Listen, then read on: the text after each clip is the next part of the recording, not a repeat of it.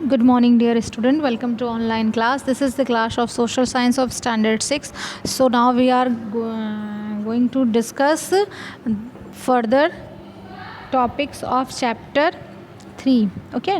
So हमने जो है वो रेसिडेंशियल एरिया तक कवर कर लिया था. आज इसके आगे का हम देखेंगे, that is dwelling house. What is dwelling house, उसके बारे में हम चीज़ें देखेंगे. हाउसेस वर ओके तो houses were constructed on both side of the lens. जो लेन के दोनों साइड पे हाउसेस बनाए जाते हैं, that is called dwelling house. Some houses consist of 1 or 2 rooms while those of the rich merchant were large and consist of several rooms. तो एक या दो रूम होते थे, लेकिन जो थोड़े से रिच पर्सन थे, जैसे मर्चेंट लोग थे, उनका जो बड़ा होता था रूम और ढेर सारे रूम होते थे. हाउस वर सिंगल और डबल स्टोरीड. जो हाउसेज होते थे वो एक सिंगल भी होते थे और डबल स्टोरी, यानी कि एक फ्लोर भी होता था, उसमें डबल फ्लोर भी होता था. The plan was usually the same चीज़ें थी. All houses had a courtyard around which room were constructed. चारों की तरफ कॉर्टयार्ड होता था.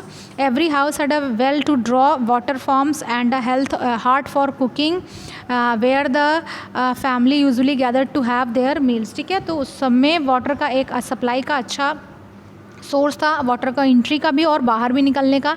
और जो वहाँ पर है खाना बनाने के लिए भी एक ओपन प्लेस दिया गया था, जहाँ पर उस फैमिली के लोग बैठ करके वहाँ पर चीज़ों को अच्छे से एंजॉय कर सके. The main entrance open on two lane and not the main street. जो वो मेन एंट्रेंस था वो एक लेन में निकलता था, स्ट्रीट मेन स्ट्रीट से नहीं. This was done to keep out dust and for privacy. ये डस्ट के लिए और प्राइवेसी के लिए यूज़ किया जाता.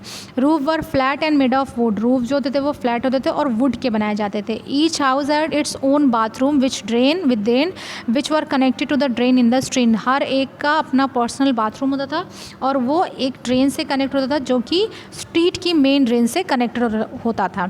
This shows the dwellers have great concern for health and sanitation. तो इससे पता चलता है कि जो ड्वेलर्स थे वो हेल्थ और सैनिटेशन को बहुत ज़्यादा कंसर्न करते थे.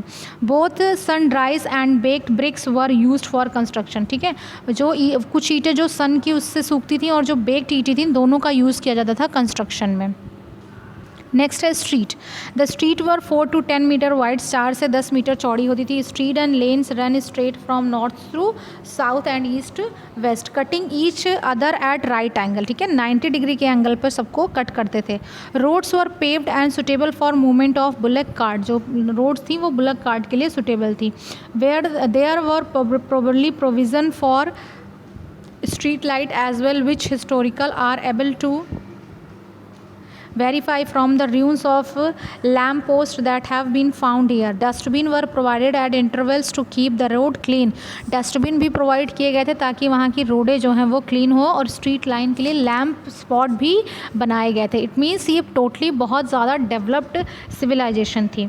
ड्रेनेज सिस्टम क्या था? Another striking features of the Indus town was their drainage system. वहाँ पे ड्रेनेज सिस्टम भी था. It was the best drainage system. ये सबसे बेस्ट ड्रेनेज सिस्टम है जो इंडस वैली सिविलाइजेशन में पाया गया था. It was the best drainage system known to the world in ancient time. Drain were constructed on either side of the road connected to the drain from each house.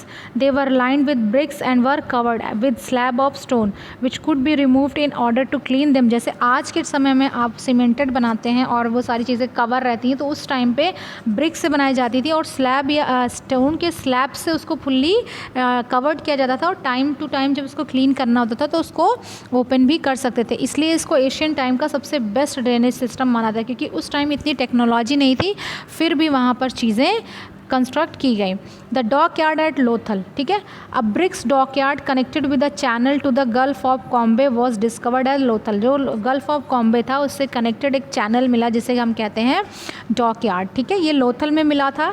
A major port of the Indus valley civilisation. सबसे बड़ा port था Indus valley civilisation का. It had facility for repairing sea going ship and points to overship trades with other countries. तो वहाँ पर जो ship थी सी going, उनकी रिपेयरिंग भी हो जाती थी और दूसरे कंट्रीज से जो है ओवरसीज ट्रेड भी हो जाता था. The dockyard was situated next to the citadel unlike other cities. जो डॉकयार्ड्स था ये सिटाडल के नेक्स्ट में सिचुएटेड था, जैसे और सिटीज़ में सिचुएटेड होता है.